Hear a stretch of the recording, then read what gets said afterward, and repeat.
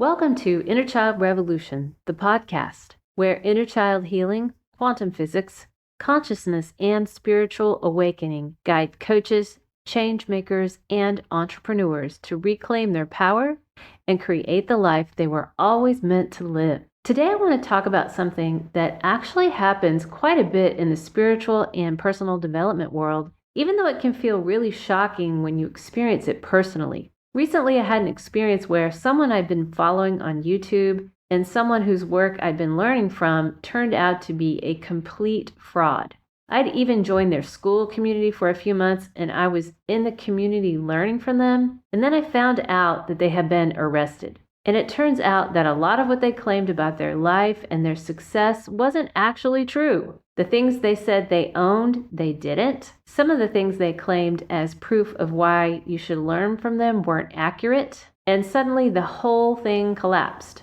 Now, this kind of thing isn't new. We've seen versions of this happen over and over again in spiritual communities and personal development spaces. A teacher rises to prominence, people gather around them, they become known as a guru, a guide, a thought leader, and eventually something surfaces that reveals manipulation, dishonesty, or abuse of power. And right now we're seeing a lot of this happening in the world more broadly too. With information coming out about powerful networks and institutions, it's clear that manipulation and exploitation can exist in many different environments. But I want to talk today not about the scandal itself. What I want to talk about is why these dynamics happen in the first place. There's something important to understand. You are only vulnerable to manipulation from a narcissistic leader if you believe they have something you don't.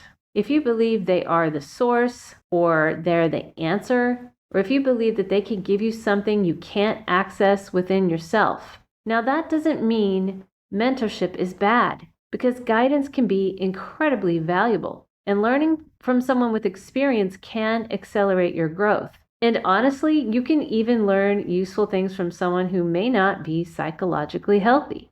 But the moment you start believing they are the source, that's when the power dynamic changes. And that's when manipulation becomes possible.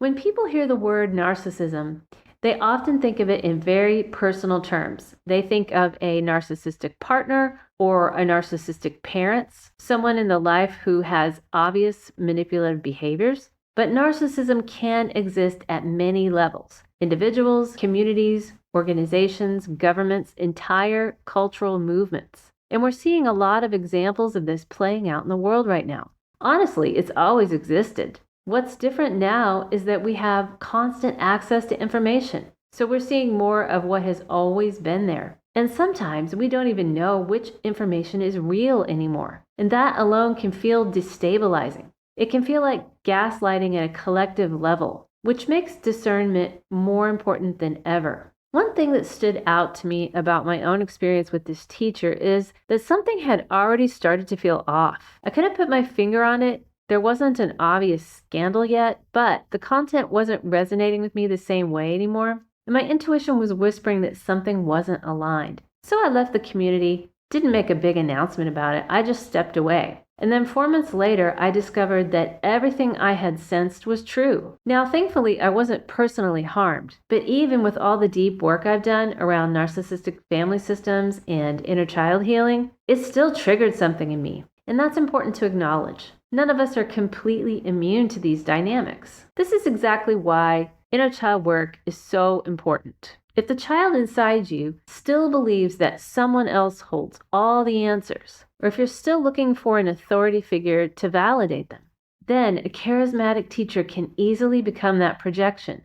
And the inner child may unconsciously treat them like a parent, the one who knows, the one who approves and provides safety. But real healing means reparenting that part of yourself. It means becoming the source of safety for your inner child. And it means helping that younger part of you understand. We can learn from people, but no one else is the authority over our truth. I also want to talk about how this dynamic can show up in your own world, because many of you listening are coaches, entrepreneurs, spiritual creators, influencers, and thought leaders. And these dynamics can show up in professional relationships too. You may find yourself putting your coaches or mentors on a pedestal. And I'm not saying these people are narcissists, because most coaches and mentors are deeply ethical people who genuinely want to help others grow. But if you come from a background where authority figures were unstable, manipulative, or narcissistic, that history can shape the way you relate to people even when they're relating to you in a healthy way. And you may unconsciously project authority onto them, and you may assume they know everything.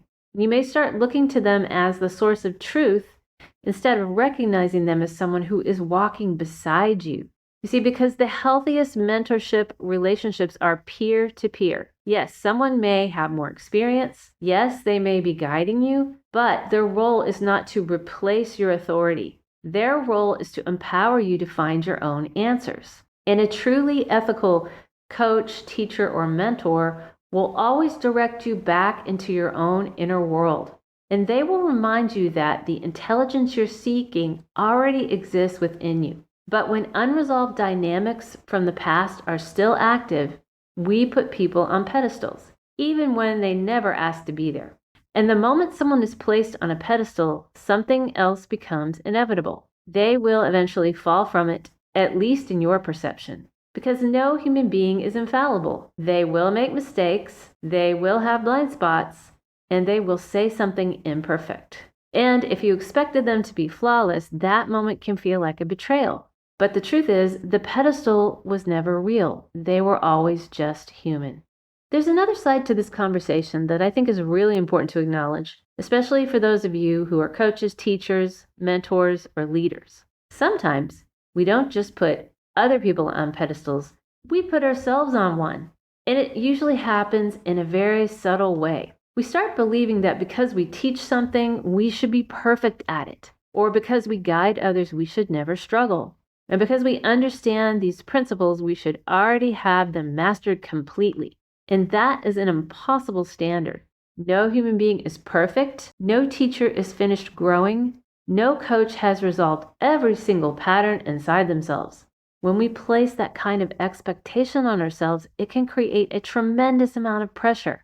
And it can create guilt and shame. And eventually, it can manifest as something many people experience in leadership spaces, imposter syndrome.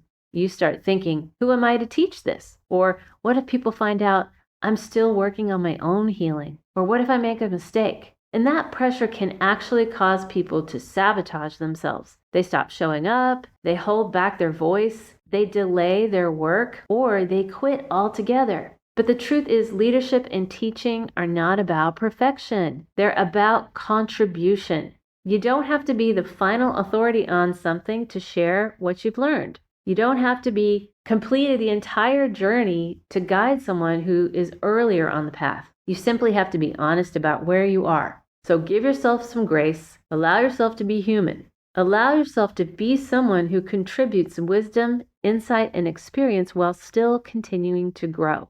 Because the goal is not to be perfect. The goal is to be real. And when you realize the need to be perfect, or when you release the need to be perfect, something beautiful happens. You become far more relatable and far more authentic and far more trustworthy as a leader. See, when you reparent your inner child and you anchor your connection to source, you become much harder to manipulate. You can still learn. You can still receive mentorship, but you don't surrender your authority and you stay sovereign. And sovereignty is the foundation of real spiritual maturity.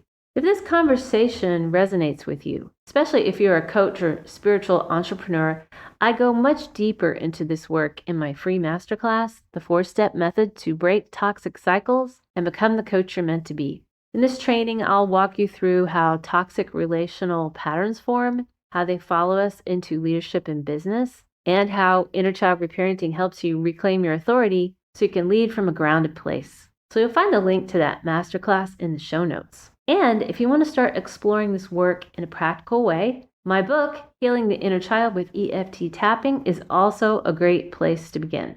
The book walks you through step-by-step how to build a healthier relationship with the younger parts of yourself so you can become the source of safety and stability in your own life. Because the goal of the work is not to find someone else who has the answers. The goal is to awaken the wisdom and connection to Source that already lives within you. Maybe that's the deeper invitation in moments like this. Not to lose faith in spirituality, but to stop outsourcing it. As Neville Goddard used to say, don't buy your religion retail, buy it wholesale. Go directly to the Source, because the real teacher isn't someone standing above you. It's the intelligence of life already moving within you. This is the Inner Child Revolution, and I'll see you next time.